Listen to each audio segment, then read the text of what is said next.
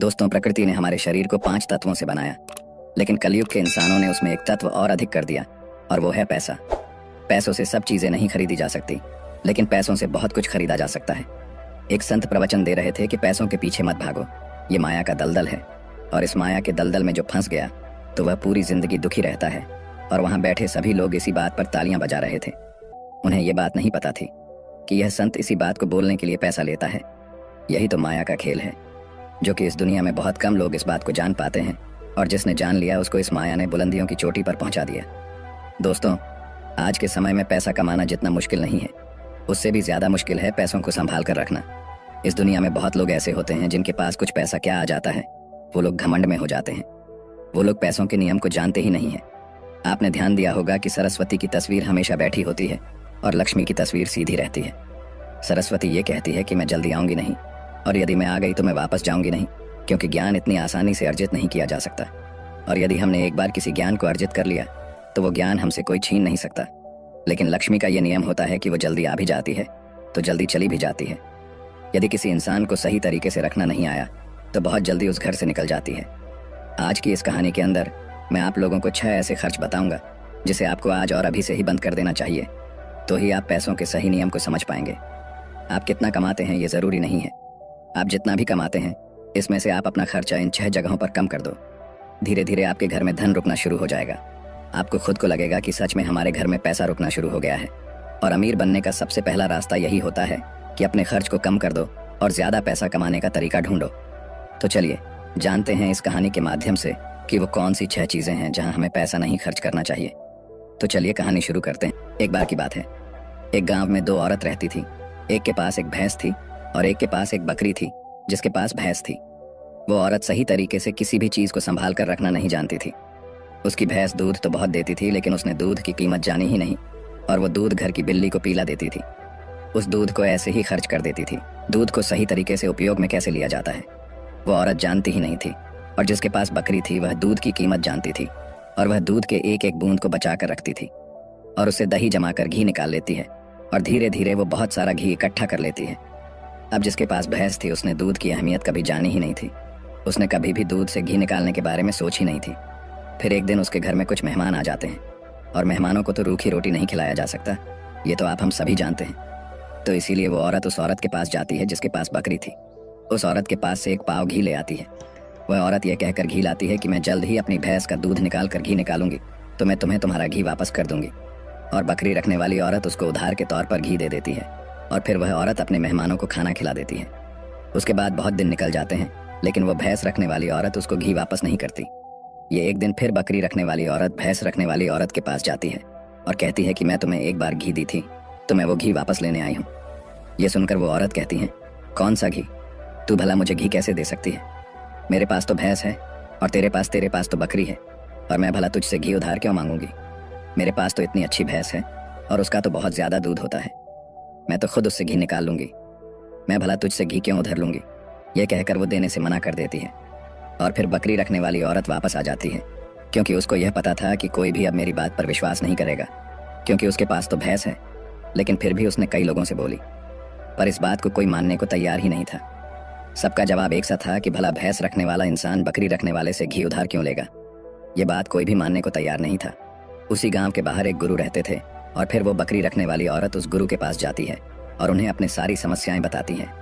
उसके बाद उस गुरु ने भैंस रखने वाली औरत को बुलवाते हैं, और फिर वो औरत भी उस गुरु के पास पहुंच जाती है, और वह भी अपनी बात बताते हुए कहती हैं कि गुरुदेव ये झूठ बोल रही है, मेरे पास तो भैंस है और भला मैं इससे घी क्यों लूंगी। अब उस गुरु को इसका फैसला करना था कि क्या सच में भैंस रखने वाली औरत बकरी रखने वाली औरत से घी उधार ली है या नहीं, क्योंकि बकरी का दूध तो बहुत कम होता है और भैंस का तो बहुत ज्यादा होता है। तो क्या जरूरत हो गई कि एक भैंस वाली को बकरी वाली से घी उधार लेना हुआ। अब गुरु बहुत देर सोचते हैं, और उसके बाद दोनों औरतों को अपने पास बुलाकर एक एक लोटा पानी देते हुए कहते हैं कि ये पानी लेकर जाओ और दोनों ही अच्छे से हाथ पैर धोकर आओ। अब एक लोटा पानी देखकर भैंस रखने वाली औरत कहती है कि गुरुदेव सिर्फ एक लोटा पानी से हाथ पैर कैसे धो पाऊंगी।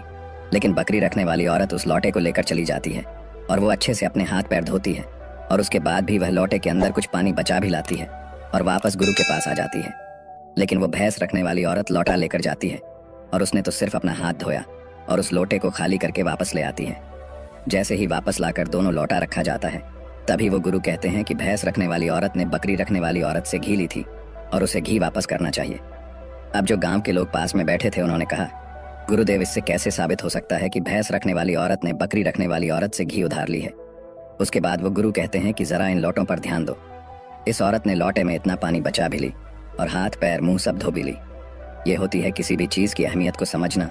और दूसरी औरत ने सिर्फ मुंह धुल कर ही लौटे का सारा पानी खत्म कर दी, क्योंकि उसको इस पानी की कीमत नहीं पता थी और जिस चीज की हमको कोई कदर नहीं होती, वो भले ही हमारे पास कितने भी हो, वो नष्ट हो ही जाती है, वो खत्म हो ही जाती है। और यदि हमारे पास कोई भी चीज कम है और यदि हम उसको सही तरीके से इस्तेमाल में लेते हैं और उसकी कीमत को जानते हैं तो जरूर उससे हम फायदा ले सकते हैं। जैसे कि बकरी रखने वाली औरत ने दूध बचाकर उससे मक्खन निकाली और उससे घी बनाई, और भैंस रखने वाली औरत को दूध की कदर नहीं थी, इसीलिए इतना दूध होने के बावजूद भी उसके घर में मेहमानों के लिए घी नहीं था। यह बात सत्य है। उसके बाद भैंस रखने वाली औरत उस गुरु के चरणों में गिर जाती है और कहती है, महाराज मुझे क्षमा कर दीजिए, मैं अभी घर जाकर उसको एक वापस दे दूंगी।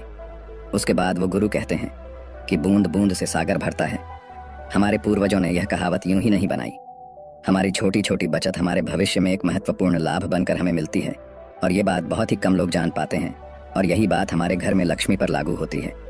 यदि हम लक्ष्मी को बचाएंगे तो वहीं लक्ष्मी हमें भविष्य में अधिक लाभ बनकर मिलेगी। तो दोस्तों की कहानी तो आपको समझ में आ गई होगी। तो आइए अब जानते हैं वह 6 खर्चों के बारे में जो हमें आज से ही बंद कर देना चाहिए। सबसे पहला खर्च है दिखावे का खर्च।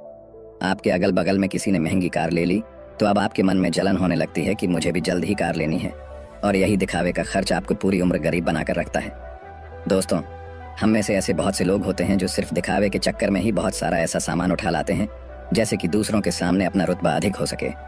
कार ले लेना, महंगे जेवर ले लेना, महंगे मोबाइल ले लेना, या फिर ऐसी कोई महंगी चीज खरीद लेना जिसकी हमें हमारी जिंदगी में कोई जरूरत भी नहीं होती। और जब उन्हें कोई समझाता है तो कहते हैं, हम किसी से कम है क्या? वो लोग ये नहीं समझते हैं कि इससे हमारा सिर्फ नुकसान होता है, ना कि कुछ फायदा। यदि आपको सच में अमीरी के रास्ते पर चलना है तो ये सारे खर्चे सबसे पहले आपको बंद करना होगा और वहीं पैसा कहीं इन्वेस्ट करना सीखना होगा। मैं ये नहीं कहता कि आप अपने शौक पूरे ना करें। मेरे कहने का मतलब ये है, जिस चीज़ की आपको ज़रूरत है बस आप वही लो, किसी को देखकर कोई सामान बिल्कुल ना ले। दूसरी बात है कंपनियों की स्कीम से दूर रहना। अपने सामान की बिक्री अधिक करने के लिए अलग अलग ब्रांड की जो कंपनियां होती हैं वह लुभाने की एक स्कीम लाती है, लेकिन यह उनकी मार्केटिंग करने की रणनीति होती है जो हम लोग समझ नहीं पाते। और बहुत सारे लोग अलग अलग स्कीम के चक्कर में आकर वो चीज़ भी खरीद लेते हैं जिसकी उन्हें ज़रूरत भी नहीं होती। यदि हम मार्केट में जाते हैं और हमें पता चलता है कि 50% डिस्काउंट के अंदर वॉच मिल रही है, बल्कि हमारे घर में तो 2-4 वॉच रखी हुई है, लेकिन फिर भी हम उस वॉच को खरीद लेते हैं। हम लोग यह नहीं समझते कि यह सब मार्केटिंग करने की रणनीति होती है।